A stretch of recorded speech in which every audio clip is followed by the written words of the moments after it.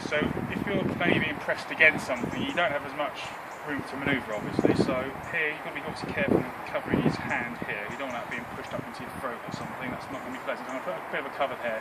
This arm's actually starting to cover a possible punch as well, so that's important. So key thing I want to do is use basic mechanics of his body. I'm actually going to put across sideways force this way through his arm with a little bit of a turn of my body, which then gives me sort of a onikidaki or all those sorts of basic. You can also use this hand as well over the top this way, which again kind of does two things, where it kind of covers the back hand, and then obviously you've got control of his arm there. This way as well opens him up. So that's basic from there. So if the punch is introduced, I tend to slide it like this, and then obviously you've got the basic move, basically doing just a minute ago. Whoa! So again, you could also get him to punch the wall, possibly. And then obviously you've got the basic controls that we know and like, yeah, from here.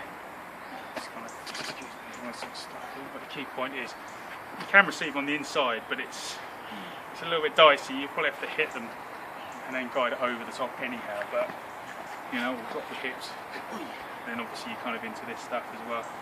You could potentially just put force through that way, sideways. Again, that totally ties up the punch. You've got to get the timing right to be able to do that. That's difficult. So I wouldn't necessarily rely upon that.